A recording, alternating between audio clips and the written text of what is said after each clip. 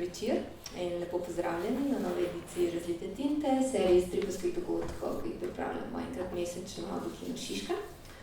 Veseli me, da je danes z nami dr. Leonora Hris, doktorica literarnih ved, literarna teoretičarka, kritičarka, predavateljica, pisateljica, ki se v svojem delu med drugim tudi ukvarja z stripovskim literarnim novinarstvom, ampak tudi v podobi stripa. In nam bo v bistvu danes povedala kaj več na primerih iz stripov Joea Sacka. Kaj podrobnega ne bom predstavljala, bo v bistvu prepustila raje besedo Leonori. Sem pa vesela, v bistvu, da bomo slišali tudi z kako v bistvu nekdo bere in analizira strip iz vidika literarne teorije in kot si zapisala v napovedi postklasične narratologije, tako da sem radovedna, kaj vse nam boš povedala. Tako da izvoli. Hvala lepa. Hvala, da ste prišli. Hvala tudi Kinu Šiška in Tani za povabilo. Zdaj, ta postklasična narratologija se sliši strašno končno, tako da to bom malo spustila. Nisem se štopala, tako da me lahko tudi, bom skušala v tem časovnem okviru, ki ste mi ga namenili, predstaviti to, kar želim pač povedati. Torej, svoje predavanje sem naslovila dokumentarni grafični roman kot pričevalec in tolmač sveta. Fokus bo na Joeu Sacku, tako kot je rekla tudi kolegica. Bi pa nekako, bom pa tudi malo širša, malo širše sem zastavila, tako da kontekstualiziram pravzaprav vsakovo delo.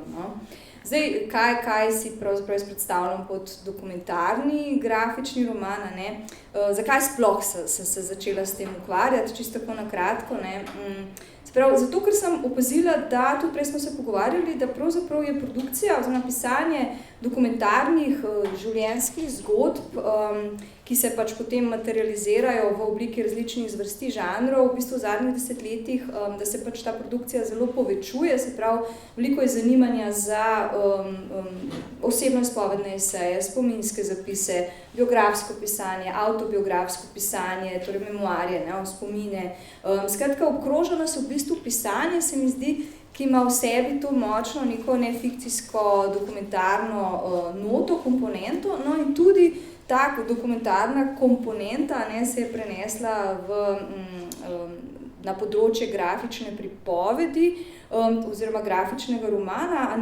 in se mi je zdelo zanimivo potem se tudi razgledati po tem, tudi skozi prizmo oziroma skozi perspektivo literarnega novinarstva, ki se mi zdi, da ga lahko najdemo v delu Joea Sacka.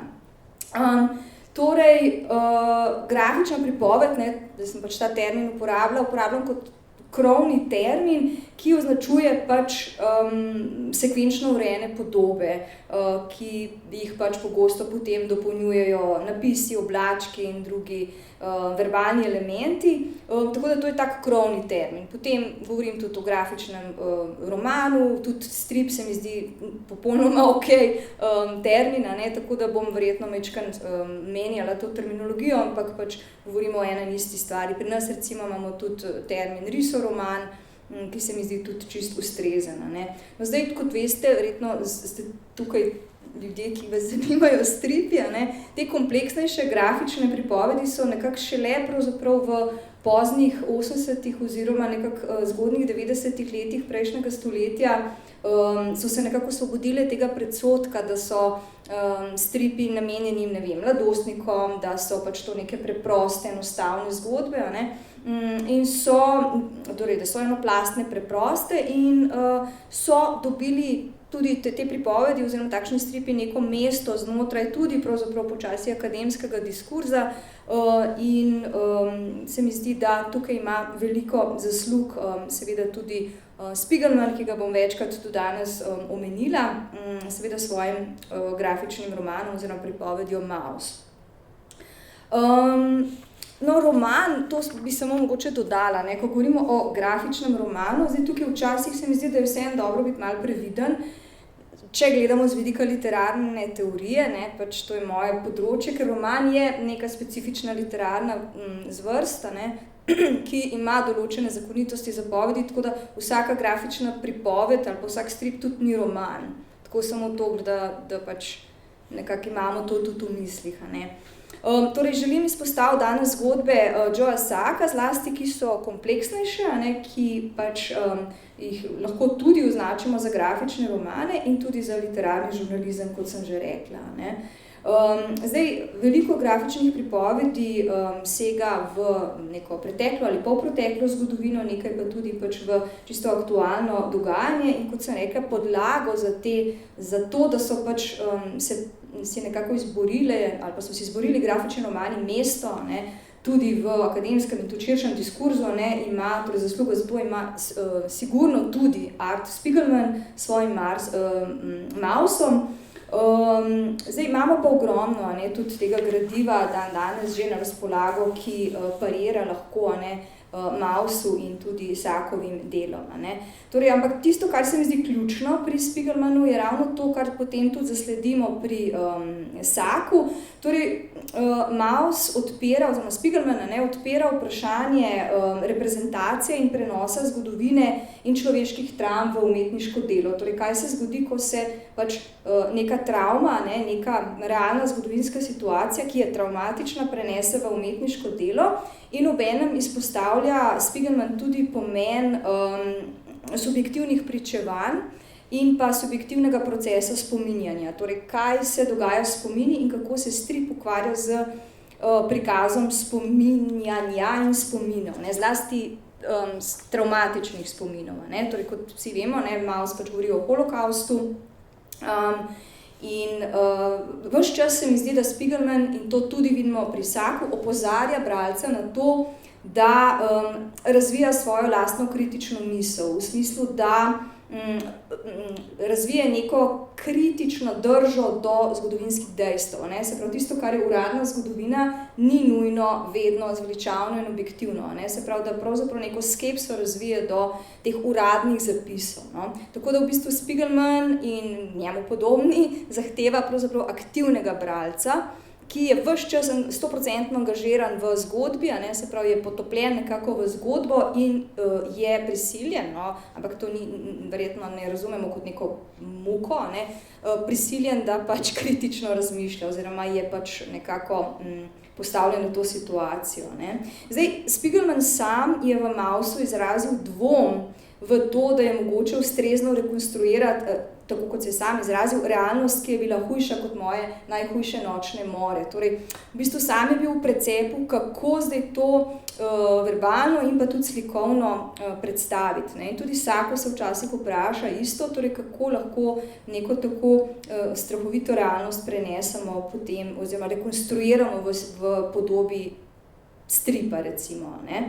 In še nezanesljivost spomina je tisto, na kar Spiegelman večkrat izpostavlja, torej to, kar večkrat izpostavi in tudi podobno problematiko izražajo stripi Joea Sacka. Če samo še nekaj imen omenim, se potem mi boste verjetno še vi tudi kaj povedali na koncu, ne, mi dali kakšen predlog za branje, ampak na primer avtorice, ki jih lahko tudi umestimo pod to kategorijo, oziroma v to kategorijo dokumentarne grafične pripovedi, je sigurno tudi Marjane Satrapi s svojim Persepolisom, ne, torej iranska avtorica, potem recimo Američanka Alison Bechdel, ki zelo posrečeno piše, pravzaprav lahko bi rekli tako satirično, ironično, ne, piše o svoji družinski zgodbi in tudi o svoji istospolni usmerjenosti, zelo zanimivo pravzaprav avtobiografsko pisanje. Potem Madžarka, ki pa mislim, da je živela v ZDA, Mirjam Katin, ki je tudi pisala in risala o holokaustu, o izkušnji holokausta. Potem recimo ime, ki sem si ga tudi zapisala in brala tudi njegovo delo, o Katrini, o hurikanu Katrina, Josh Neufeld, recimo, da samo par imen vam navajam, tako če slučajno bi kdo želel si kaj prebrati, če ne poznate, ampak verjamem, da tudi te avtorje poznate. Potem, verjetno, zelo pričakovano je bilo, da bo po 11. septembru v New Yorku, torej po 9/11, ogromno nekih stripov nastalo na to temo in absolutno so, tudi nenazadnje Spiegelman je pač sproduciral strip, ki ubeseduje in prikazuje pravzaprav to tragedijo oziroma ta dogodek. Tako da tega imamo ogromno. Potem spomnila sem se tudi na Gipija, na italijanskega striparja, ki bi ga tudi lahko z svojimi zapiski o vojni, mislim, da je naslov, ne vem pa, če je prevedeno, nekako se iz italijanščine prevedla, če se prav spomnim, zapiski o vojni. Potem Američanka Sarah Glidden, recimo, pa Kanačan Guy Delisle. On je zelo zanimiv, ker veliko piše o svojih, torej, kakšni popotni, spominski zapisi. Prej sem slišala, da pri nas neka mlada avtorica piše potopis v grafični podobi, piše riše, potopis, tako da tudi pri nas očitno se ta trend nekako zdaj uveljavlja, tako da to me zelo veseli. Potem Skrik ljudstva, to bi še omenila, Jacques Tardi, to je pa išlo lansko leto, če se ne motim, pri založbi ZRC SAZU. Torej, ustvaril ga Jacques Tardi, ampak gre pa za adaptacijo romana francoskega romanopisca Jeana Vautrena in sicer govori ta strip o Pariški komuni. Šlo je pa za obletnico 150 leta Pariške komune, tako da tega je dosti. Zdaj, čisto vse te stvari se ne morem seveda poglabljati, ker bi rada se osredotočila na Saka. Evo, tole je, verjetno veste, kako je videti človek, Joe Sacco.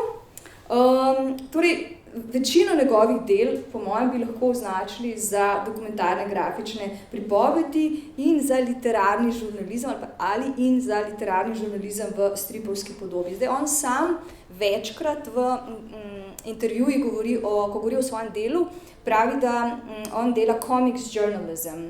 To je pač kar uveljavljen termin, se mi zdi tudi zlasti v anglo-ameriški literarni kritiki. Zdaj, jaz bi tukaj dodala še literary comics journalism. Bom tudi povedala, zakaj se mi zdi, da pač bi lahko njega imenovali literarni novinar. Zdaj, ne vem, jaz sem se z literarnim novinarstvom kar nekaj ukvarjala, predvsem z teoretskega vidika, tudi stripi zgolj teoretsko, jaz ne znam risati sploh, tako da to zgolj z tega vidika osvetljujem. Zdaj, literarno novinarstvo, čisto na kratko, da boste vedeli, zakaj tako razmišljam, to je, lahko bi imenovali literarno novinarstvo transžanrski pravzaprav diskurs ali pa žanr, ki nekako povezuje lastnosti leposlovja in novinarstva, kot že pač samo ime pove. To pomeni, da imajo ti zapisi, ponavadi seveda so to neki bolj tradicionalni zapisi v smislu člankov, knjig, da imajo ti zapisi neke stilske jezikovne lastnosti, kakršne najdemo v leposlovju. Se pravi, uporabljajo se isti principi, kot če bi pisali, ne vem, kratko zgodbo, roman, se pravi, avtorjeva imaginacija, kompozicija je dodelana, dialogi, pripovedna perspektiva, se pravi, vse te elemente, ki jih poznamo iz leposlovja, ima tudi literarni žurnalizem, potem je pa ta, recimo, da je to notranja zgradba, potem imamo pa zunanjo zgradbo, ki je pa pač ta novinarska, dokumentarna, žurnalistična, se pravi, vse, kar je preverljivo, avtentično, raziskano, torej to je pa ta plast, ta dokumentarna plast. In ko se to spoji, dobimo literarni žurnalizem. Mislim, da Sacco se loteva svojih projektov točno na tak način, kot katerikoli drugi dobri raziskovalni literarni novinar. Samo da on še riše pač, On riše, piše, oziroma ko je na terenu, te intervjuje, ki sem jih poslušala pač z njim, on v bistvu fotografira in zapisuje, dela intervjuje z ljudmi in potem pač počasi riše in piše te svoje zgodbe, ki po mojem mnenju so romani. Tako da tukaj bi kar lahko uporabila izraz roman. Zdaj, ta žurnalizem ima še eno karakteristiko, ki jo njegova dela tudi kažejo, in sicer, da je novinar vedno del dogajanja. To pomeni, da je pač on tudi eden od protagonistov. Ponovadi gre za prvoosebno pripovedno perspektivo, temu žurnalizmu rečemo tudi, pač iz Amerike prije pač ta termin immersion journalism, se pravi novinarstvo potopa, recimo. Ne? Se pravi, novinar je del zgodbe, ampak ne v smislu tega, da bi želel zasenčiti izjave, mnenja, perspektive drugih, ne, ljudi, ki jih intervjua, ampak je pa nekakšen povezovalec, komentator in to počne tudi Sakov. Če ste brali Sakove stripe, boste videli, da je on praktično ves čas del zgodbe. Ampak ne da nekako, ne v nekem, ne vem, tem moralističnem smislu ali pa ideološkem, ampak zgolj da bralca nekako vodi skozi zgodbo, ne, in da nas pač pripelje v stik z različnimi liki, ne, protagonisti oziroma pač temi sogovorniki, s katerimi on pač vstopi v kontakt, ne, in se z njimi pogovarja. Torej, Sako se je rodil leta 60 na Malti, zato pač pravi, da je sam zase malteško-ameriški stripar, ne, potem so, ko je bil majčken, so emigrirali najprej v Avstralijo, potem pa v Ameriko, v Ameriki se je šolal, študiral je novinarstvo, tako da pač novinarstvo je nekako, ne, očitno bila njegova prva izbira. Potem je pa rekel, da so stripi pač mu v navednicah pač prekrižali pot, ne. To je sam pač tudi večkrat poudaril. In kako je zdaj on začel? Se pravi, ne vem, koliko poznate njegovo delo, ampak te prvi stripi, ki jih je delal, so izrazito avtobiografski, torej pač res tam je bolj on izpostavljen. Tudi veliko uporablja karikaturo, torej to tehniko recimo, ki jo tudi kasneje potem vidimo v Goraždu, tudi v Palestini, v Footnotes in Gaza tudi, samo da so pač te kasnejši stripi manj avtobiografski. Ne. Zdaj, on je bil zelo močno navezan, zlasti v tej zgodnejši fazi, bojo šle tudi slikce potem, da si boste lažje mogoče predstavljali, ne. Zelo je bil navezan na tradicijo gibanja underground comics. To je bilo v bistvu gibanje zlasti v ZDA in v Veliki Britaniji v 60. in v 70. letih, ki je bilo v bistvu del, lahko bi rekli, nekakšne subkulture, ne, alternativne subkulture in je bilo zelo vplivno pravzaprav to gibanje, ne. Underground comics z X-om na koncu. Ne CS, ne, ampak X kot tudi X-rated, ne, ker pač ta dela ne bi bila primerna recimo za mladostnike, ne. Se pravi, neko subkulturno, avantgardno recimo gibanje. To so bili manjši založniki, takrat še manj uveljavljeni avtorji na začetku, ne, ki so pač veliko pisali in risali o aktualnih političnih, družbenih problemih, ne vem, o hipijevskem gibanju, o drogah, o rock'n'rollu, o seksu, potem naperjeni so bili proti vojni, proti vsakršni obliki, ne, politične agresije, vojaške agresije in tako naprej. Se pravi, imeli so to angažirano, družbeno angažirano noto, ne, in te stripi so zelo pritegnili tudi Saka, tudi tako stilsko, ne, kot tudi seveda vsebinsko, ne, pač ta angažma mu je bil strašno zanimiv. Tako da v bistvu recimo ta prvi tak večji, bom rekel, obsežnejši album Notes from a Defeatist, mislim, da to ni prevedeno, Sakov album ni prevedeno v slovenščino, zdaj kako bi to prevedli, ne vem, zapisi malodušneža mogoče, ne vem, to sem se zdaj spomnila, mogoče bi bilo tako. Torej ta album recimo je zelo, bom rekla, se naslanja na to underground comics tradicijo. V bistvu on je to risal in pisal v 80. in 90. prejšnjega stoletja seveda, ne. Potoval je po svetu, spremljal je rock skupine, veliko razmišljal o sebi, torej veliko njega je v teh stripih, o Malti, o tudi drugi svetovni vojni, o ZDA in tako naprej, ne. On velikokrat, ko govori o teh svojih začetkih, to se mi zdi pomembno, da vam povem, zato ker v bistvu se ta podoba, stilska in tudi, bom rekla, ta angažma vleče skozi vso Sakovo delo do zdaj. On je izpostavil Roberta Crumba, Robert Crumb, ameriškega striparja, ki je predvsem postal je, bom rekla, znan zaradi te serije stripov Zap Comics, to iz leta 68, takrat je bilo to underground comics movement res v polnem razcvetu, tako da je pa potem tudi veliko svojih del objavljal comic strips, ne, se pravi kratkih stripov v reviji Weirdo, ki je kar dolgo izhajala od leta, torej Cramp, ne, od leta 81 do 93. Tako da to je bila res neka zelo odmevna revija te alternativne scene. Delal je recimo Cramp tudi z Charlesom Bukowskim, potem z Harveyjem Picarjem, sta delala, tudi ilustriral je American Splendor. Ta revija, recimo, ki je bila tudi zelo odmevna, tako da to, recimo, so bili te prvi vzorniki, da tako rečem, Saka, ne? In še vedno se mi zdi, da se lahko te vplive prepoznava v njegovih delih. Ne? Absolutno, recimo, tudi ko boste vzeli sigurno ste vzeli v roke Goražde, se pravi Seiferija Goražde oziroma Goražde varovano območje, ne, takoj lahko prepoznamo ta slog.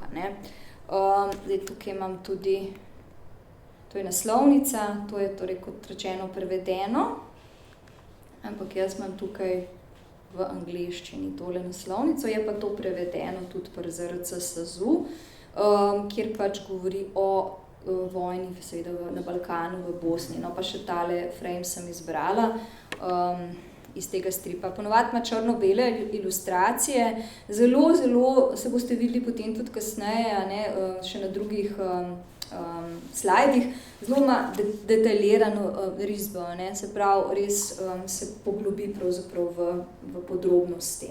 Zdaj, tukaj sem se spomnila, da pač velja omeniti, da v vojni v Bosni je risal naš Tomaž Lavrič v bosanskih basnih, ki pravzaprav ta strip po mojem mnenju čisto nič ne zaostaja za Sakom po neki, bom rekla, po črnem humorju pravzaprav tudi, ne, po prodornosti vpogleda in tudi avtentičnosti podob, čeprav Lavrič tudi fikcionalizira. Ne. Torej, Sako načelno ne, pač Sako riše tako, kot je bilo. Ne. Zdaj Lavrič je tudi malček spremenil določene stvari. Ne.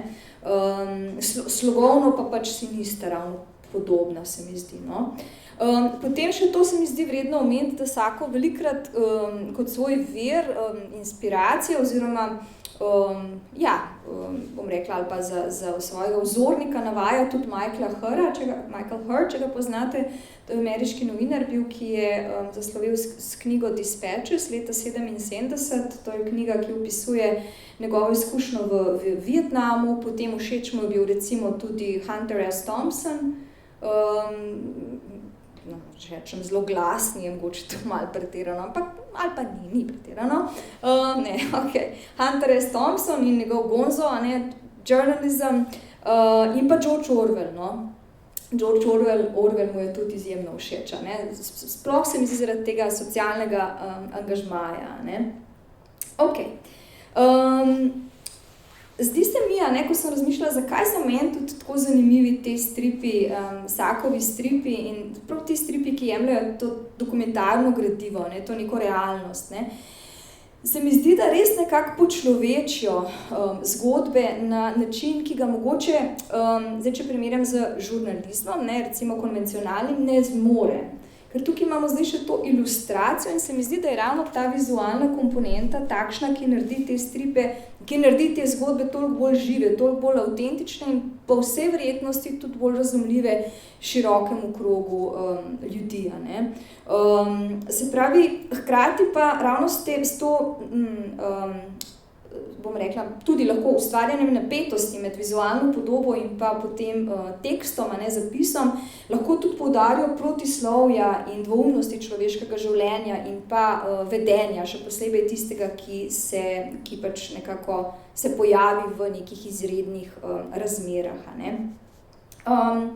Torej, ta odnos med napetost, ker včasih je vidna neka, kako bi rekla, nek kontrast, recimo, tudi med tekstom in pa pač med podobo, ali pa podoba tako zelo močna, ne, da ima res močen vtis na bralca, lahko se izpostavi skozi sliko in skozi to tenzijo med tekstom in podobo, se mi zdi tudi neka negotovost, neke nedvoumnosti, neke ironije, neki paradoksi, ki mogoče ne bi prišli toliko do izraza, če bi imeli pred seboj zgolj sliko ali pa samo sam tekst, ne.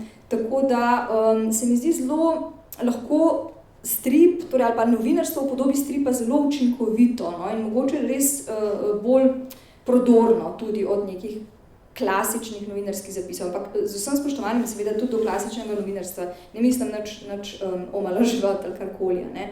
Hkrati pa ta sekvenčnost, ne, se pravi to nizanje podob v okvirčkih, ne, torej ta fragmentarnost v resnici stripa se mi zdi, da lahko se zelo fino uporabi tudi za prikazovanje fragmentarnosti spomina, ne, ker pač naš spomin prvič se mi zdi, da ni linearen, ne, načelno, ampak nekako tudi preskakujemo lahko stvari, ne, in strip lahko s temi okviri, s tem svojim kadriranjem zelo dobro prikaže delovanje pravzaprav našega spomina, zlasti spomina na travmatične dogodke, ne, tega travmatičnega spomina, ki je še bolj razklan, razbit, fragmentiran, ne.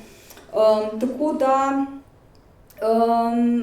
se mi zdi, da je to zelo, bom rekla, uporaben medij ali pa uporaben kanal za izražanje tega. Ker tudi, če pomislimo neko klasično novinarstvo, ne, ponavadi se trudi držati neko na videz objektivno držo do zapisanega, neko nepristranskost, recimo. Čeprav jaz ne verjamem tako kot tudi vsako ne verjame v 100% objektivno držo, ne, vedno je nekaj subjektivnega v vsakem zapisu, ne.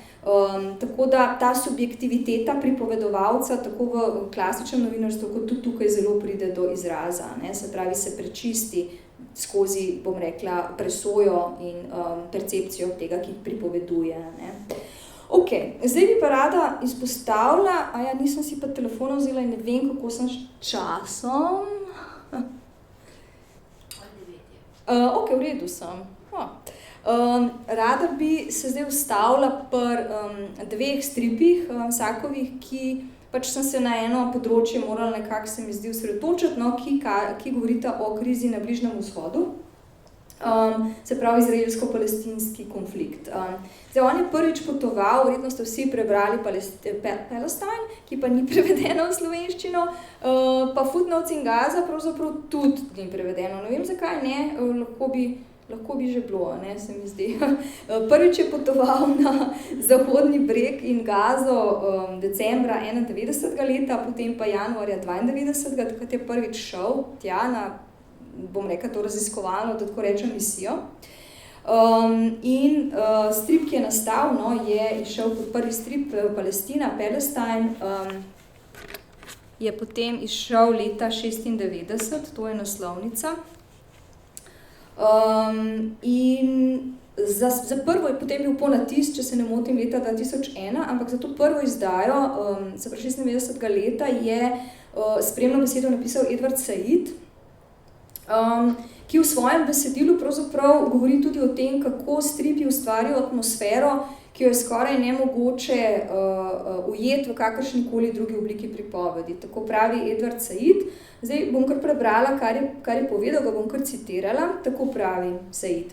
Stripi povejo tisto, kar bi sicer ostalo neizgovorjeno, morda zato, ker ni dovoljeno ali pa ni zlahka predstavljivo. Tako se stripi zoperstavljajo običajnemu miselnemu procesu, ki je ponavadi nadzorovan, precizno oblikovan, premišljen in preoblikovan s pomočjo raznoraznih pedagoških in ideoloških tendenc in pritiskov. Čutim, da mi stripi omogočajo, da drugače razmišljam in da si stvari drugače predstavljam. Ko pravi Said. Kaj pa je Sakov povedal o Palestini, to je pač v nekem intervjuju, bi še to prebrala, no, ker se mi zdi fino slišati tudi avtorjeve pač misli. Pravi, album Palestine na nek način odraža tudi mojo zgodnjo fazo delovanja. Ko sem v poznih 80-ih letih prejšnjega stoletja začel intenzivneje risati, sem kreiral pretežno v avtobiografski domeni.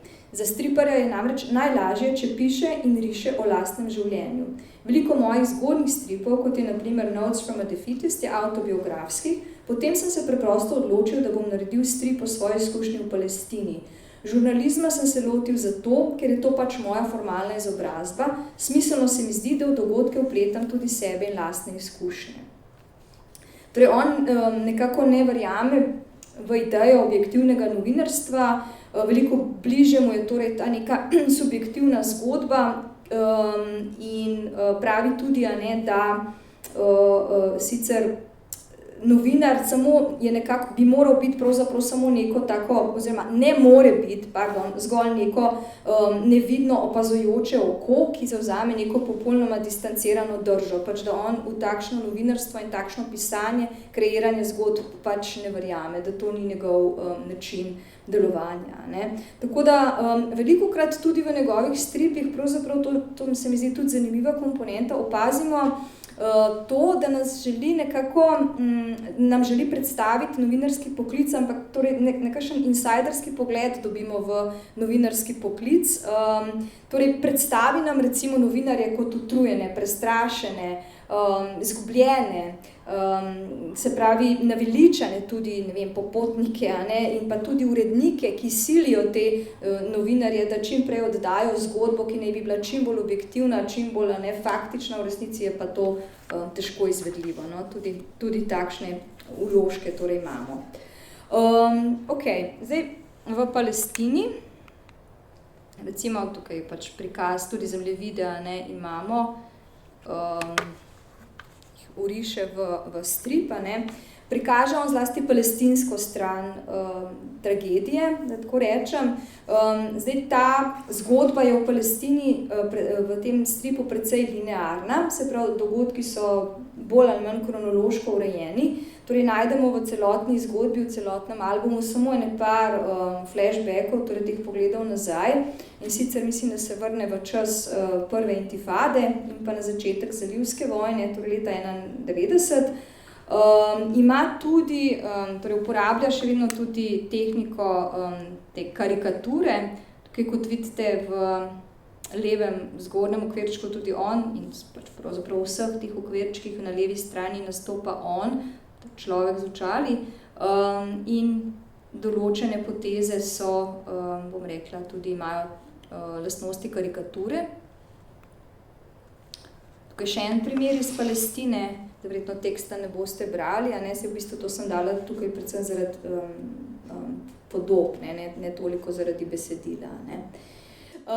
Poudari recimo, zelo rad to dela, en del obraza, recimo, ne vem, nos, usta recimo, ušesa, velikokrat sebe pravzaprav prikaže na tak način. In se mi zdi, da ravno ta karikatura še bolj poudari to neko osebno, subjektivno dimenzijo pripovedi. Zdaj to zgodbo o Palestini on še nadaljuje, večkrat gre tja potem, kot sem rekla, na to raziskovalno misijo, on se res zelo resno loteva svojih pač projektov, torej kot raziskovalni novinar, in nastane nov album Footnotes in Gaza. To je pa potem išlo leta 2009, torej kot rečeno, čakamo prevod. To bi prevedli kot, ne vem, recimo opombe iz Gaze, kako footnotes so te, fusnote. Tukaj se mi zdi, da se bolj približa literarnemu novinarstvu. Zakaj? Zato, ker je bolj razplasteno v smislu perspektiv, v smislu glasov, v smislu protagonistov. Torej on tukaj poveže neko res veliko množico različnih impresij, različnih opazovanj, različnih glasov, in ki jih pač on intervjua na mestu tragedij, ki jih pač opisuje. Zdaj, če me malček povem, kaj pravzaprav, torej Footnotes in Gaza deluje veliko bolj fragmentarno, ampak ne zaključeno. Torej, ko preberemo celoten album, knjiga popolnoma dobro funkcionira, ampak ta fluidnost spominjanja, fluidnost zbiranja traumatičnih delcev naše preteklosti, kako težko je to zbrati v neko celovito sliko, to se mi zdi zelo dobro tukaj prikazano. Torej, gre za zelo kompleksen portret spopada med Palestinci in Izraelci in on vzame tukaj v precep dva masakra. In v bistvu tudi knjiga je razdeljena na dva dela, vsebinsko je razdeljena na dva dela, ki v bistvu takrat, ko sta se zgodila, nista pritegnila pozornosti mednarodne skupnosti, nista oziroma sta bila nekako potlačena.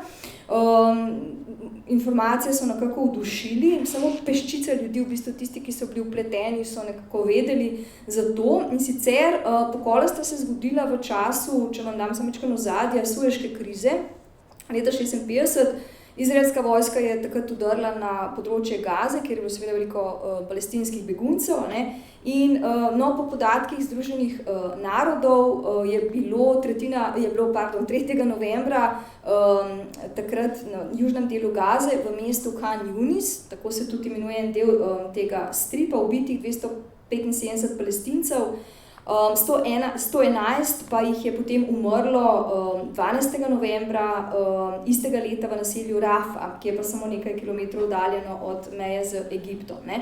Torej, izraelske oblasti so seveda to zanikale, vsako se je potem lotil te raziskave po arhivih, pogovarjal se je s politiki in tako naprej, nabiral različne podatke. Vse to je tukaj notri.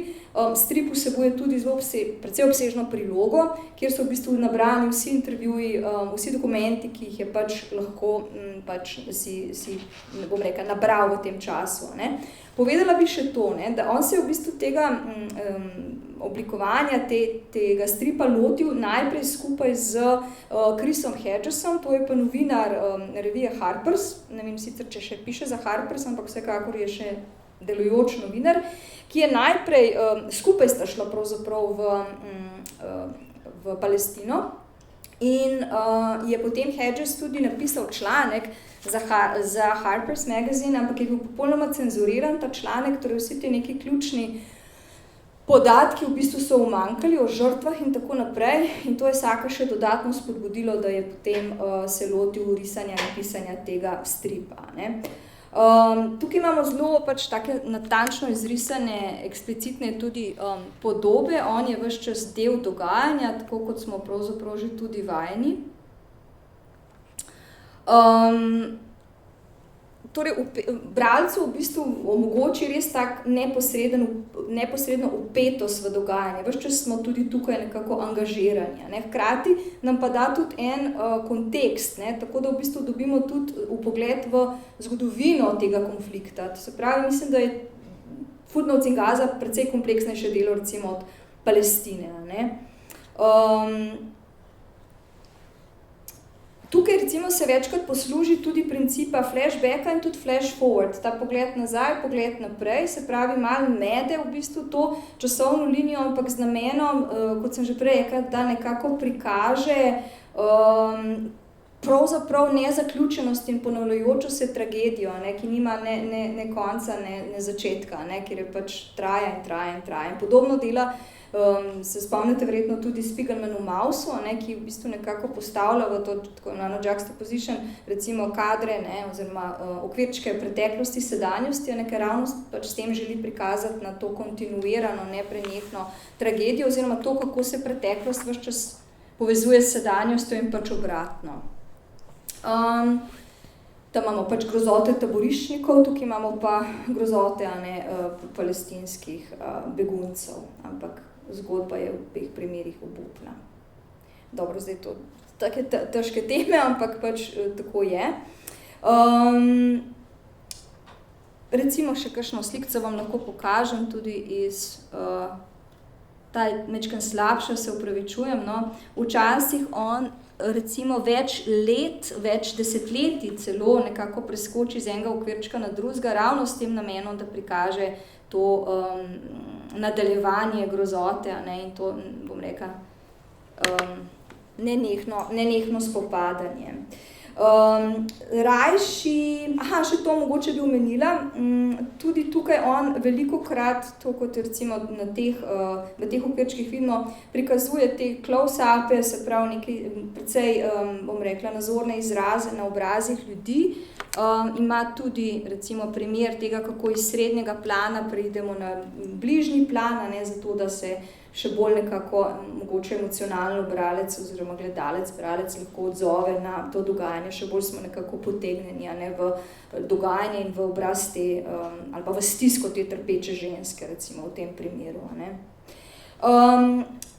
To bi še omenila, da tako v Palestine kot tudi tukaj on raje uporablja scensko kot panoramsko perspektivo, kaj hočem s tem povedati. To pomeni, da se raje osredotoči na detajle iz vsakdanjega življenja, vseeno pa tudi, ne, kadar želi prikazati recimo bolj celovito sliko, ima pa tudi takšnele, recimo, ilustracije oziroma slike, ne, kjer je pač taborišče recimo prikazano iz ptičje perspektive, tako da dobimo nek bolj, bom rekla, ne, višinsko, globinski, če hočete, ne, vpogled v, torej iz ptičje perspektive, ne, v to dogajanje. Velikokrat tudi zelo nekako niza kadre enega za drugim zelo hitro, ne, se premikamo skozi prostor in čas, s tem pospešuje akcijo, pospešuje dogajanje. Vidimo recimo tudi tukaj prehode med različnimi zornimi koti, različnimi perspektivami. Mislim, da se to uporablja za to, da ustvarja izrazito občutek prostora in pa tudi razpoloženja. No. Zdaj mogoče samo še nekaj besed o torej, mečken teorije, no, to, kar sem prej govorila. Se pravi, pri grafičnih pripovedih, ne, tukaj smo imeli zdaj nekaj primerov, je torej verbalna modaliteta vedno v interakciji z vizualno modaliteto in pač sekvenčno naravo medija. Ne. Torej, med temi modalitetami je pravzaprav ves čas prisoten nek dinamičen proces souvplivanja in medsebojnega dopolnjevanja. Torej, stripovski kader, se pravi, ena ta sličica je najmanjši del stripa, ne, kot vidimo, in nizamo pač kadre za kadrom, sličico za sličico in tako sestavljamo zgodbo. Ne. Tisto, kar je pa zelo važno pri stripu, je pa ta umestni prostor med posameznimi kadri, da tako rečemo, ne, med okviri. Verjetno ste brali Scotta McClouda, teoretika, ki pač pravi, da je ta gutter, on pravi, da je ta umestni prostor, ta luknja, ta belina, imenujejo tudi gutter, ne, je tisti prostor, kjer v bistvu je prostor največje kreativnosti. Tam v bistvu bralec nekako se najbolj aktivira in uporabi svojo domišljijo in ta gutter potem tudi nekako, bom rekla, tam se zgodi ta čarovnija in ta skrivnost stripa, ki tvori srž same stripovske umetnosti. Prav to, kar se zgodi med okvirčki. Ne. Zdaj lahko razmislite, ali tudi vi tako berete, da pač razmišljate, kaj se zgodi od enega okvirčka do drugega. Včasih, ne, ko je pač ko so kadri linearni, nam ni kaj veliko potrebno razmišljati. Ne. Včasih je pa ta razmik ali pa ta časovni in tudi prostorski razmik večji, verjetno je pa odvisno od kadriranja, ne, če uporabim zdaj to filmsko terminologijo. Ne. No, kognitivna naratologija recimo predpostavlja, da mi kot bralci pristopimo k branju z določenimi kognitivnimi vzorci, shemami, ki pač omogočajo nam smiselno organizacijo različnih med seboj povezanih konceptov. Ne. Zdaj, ti okviri in sheme so povezani z našimi preteklimi izkušnjami, se pravi, vsak bo verjetno malo drugače bral. Odvisno je tudi od tega, koliko stripov smo prebrali. Ne. Čeprav v tem našem svetu načelno velja konvencija, beremo od leve proti desni, beremo od zgoraj navzdol, verjetno. Ampak vseeno, torej, dogaja se neka, bom rekla, sinergija med avtorjem in bralcema. Ne. Se pravi, odvisno od naše izkušnje tudi, kako beremo in kako razumemo strip in kako tolmačimo in prepoznavamo te podobe. Ne. Zdaj bi dodala mogoče še to, da je zelo važen časovni aspekt v stripu, se mi zdi zelo pomemben, ker v stripih, pa mogoče malo razmišljate med tem, ko gledamo tudi te podobe, čas dojemamo prostorsko. Kaj s tem mislim? V bistvu čas in prostor sta v stripu eno v resnici. Ne? Se pravi, vsaka sličica prikazuje določen trenutek ali pa neko časovno obdobje, naslednja pa že neko novo obdobje. Ne? In tako se mi zdaj pomikamo v času, ampak v bistvu hkrati tudi po prostoru. Ne? In mi lahko na podlagi naših izkušenj sklepamo, kaj se zgodi prej, kaj se zgodi kasneje, koliko časa je preteklo in tako naprej. Res je tudi, da se mi lahko poljubno dolgo posvečamo enemu okvirčku, recimo. Se pravi, v bistvu imamo kar veliko svobode pri tem, kako mi razumemo, interpretiramo stripe. Lahko recimo celo stran pregledamo, lahko se vrnemo nazaj, še enkrat pogledamo in tako naprej. Tako da se mi zdi, da se tukaj strip morda malo loči tudi od filma, ker pri filmu smo pravzaprav mi izpostavljeni neprestanemu gibanju naprej. V stripu se pa lahko vračamo nazaj, pa listamo naprej, pa v svojem tempu beremo in tako naprej. Mislim, da deluje majčkeno drugače od filma, torej da seveda nista identična medija. Ker tudi recimo pri filmu se vsak v bistvu zaporeden posnetek projicira na isto mesto, na platno, pri stripu je pa vsak kader postavljen na drugo mesto od ostalih, torej če razmišljamo zdaj v tem kadriranju, v tem, bom rekla, v tej terminologiji kadriranja. Se pravi, za strip je prostor to, kar je za film čas, v resnici. Malo te teorije v razmislek. Tako da, tudi vsako se igra s časom, z načinom, kako v bistvu postavlja kadre, kako kadrira, kako okvirja, kaj želi, da pravzaprav mi v tej luknji preberemo in tako naprej. Zdaj, recimo tukaj imamo eno tako konfuzno situacijo, recimo, kjer se te okvirčki prekrivajo, tekst se prekriva, s tem želi verjetno vzbuditi tudi neko kaotičnost, neko hitro akcijo, zmedeno situacijo in mislim, da mu to tudi uspe. Se pravi, tako časovno kot časovno in prostorsko kaotičnost prikazane situacije se mi zdi, da želi prikazati. Torej, strip je nekakšno, jaz razumem strip kot tako zelo interaktivno umetniško formo, kjer v bistvu moramo biti mi ves čas aktivni in nekako angažirani pravzaprav. In tudi pri Saku, ko ste videli, smo, se mi zdi, potegnjeni v jedro nekih konfliktov, recimo v srž teh masakrov, ki jih prikazuje.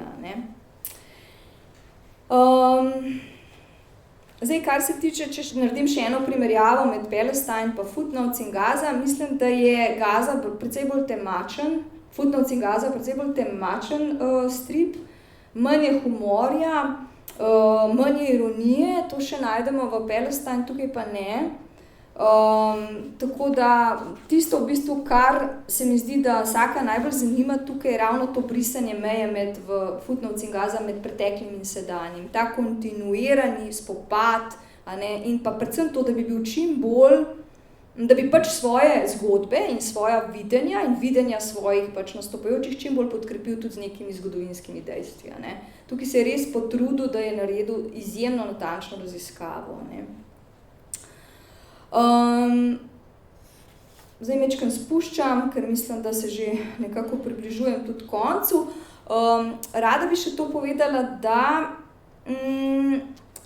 se mi zdi strip fin tudi zato, ker, ne vem, če ste brali kdaj knjigo Elaine Scarry, naslov knjige je The Body in Pain, to je knjiga iz 80-ih, sredine 80-ih, ampak ona govori o tem, da se v bistvu bolečina ali pa prikaz bolečine upira jezikovni upodobitvi. Zato, ker preko jezika pravi, da ne moremo zajeti bolečine v vseh njenih razsežnostih, da je nekako neizgovorljiva. Če je bolečina prehuda, jo ne moremo besediti. In zdaj tukaj mislim, da ravno ta vizualna plat stripa, zlasti, če gre za neke take zelo traumatične stvari, nam je lahko v pomoč. Ker s to slikovitostjo se lahko, po moje, predstavi travme na način, ki bralca nekako še bolj napolni z nekimi oprijemljivimi občutki, ki mogoče ne bi bila tako oprijemljiva, če bi imel pred seboj zgolj tekst. Se pravi, da v bistvu strip da neko oprijemljivo podlago te bolečini, tej travmi. Tudi zato mogoče sem razmišljala, tukaj še nek dokument, ki ga vključi v Footnotes in Gaza, to je pa zaključek. On v bistvu na koncu Footnotes in Gaza ne da nič teksta, ampak zaključi samo z vizualnimi podobami, In jaz mislim, da to tudi zato, ker pač želi poudariti, da človeškega trpljenja pač preprosto ni mogoče v popolni meri ubesediti, ne? Da pač nekaj ostane neizgovorjeno. Zdaj, mislim, da so njegovi stripi, pa ni edini, kot sem rekla, pa mi boste verjetno više našteli imena ljudi, ki delajo podobne stvari, nekako da poziva pravzaprav s svojimi stripi k nekemu, lahko rečem, globalnemu dialogu, ki je namenjen lahko tudi poskusu izboljšanja tistih, po mojem mnenju, aspektov družbe, ki so lahko povod za družbena neravnovesja, tragedije in tako naprej. Skratka, mislim, da je angažiran, ampak ni nasilno angažiran, ampak je angažiran na prefinjen, empatičen način, a ne, in nas na ta način, torej empatičen način potegne noter v zgodbo in nas spodbudi ne samo k razmišljanju, ampak upam, da mogoče tudi, ne vem, k nekemu družbenemu angažmaju, ki pa mislim, da je v teh časih prepotreben. Tako da, s to mislijo zaključujem, ker upam, da nisem bila predolga, ne. Tako da se vam res zahvaljujem, da ste mi prisluhnili. Bi imela še kakšne te slikce za pokazati, ne, ampak se mi je zdelo, da vsaj za to kratko prezentacijo bi to bilo dovolj, tako da ste si lahko ustvarili sliko, če slučajno ne poznate Joa Sacca, ne.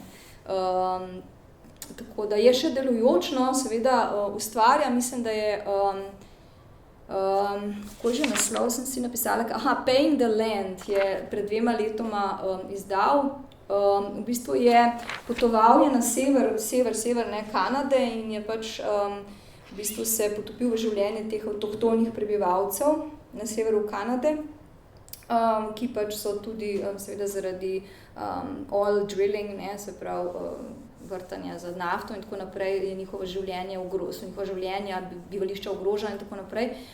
In pa tudi s Chrisom Hedgesom je izdal tudi Days of Destruction, Days of Revolt, kjer pa sta potovala, torej s tem novinarjem, ki sem ga prej omenila, ne, sta potovala po ZDA in preučevala revščino v bistvu v ZDA, ne, v teh najbolj revnih predelih. Tako da, kot vidite, ne, je ves čas nekako vpet v te tudi socialne, politične, družbene probleme, ampak se pravi, njegov angažma ni nasilen, ampak je empatičen.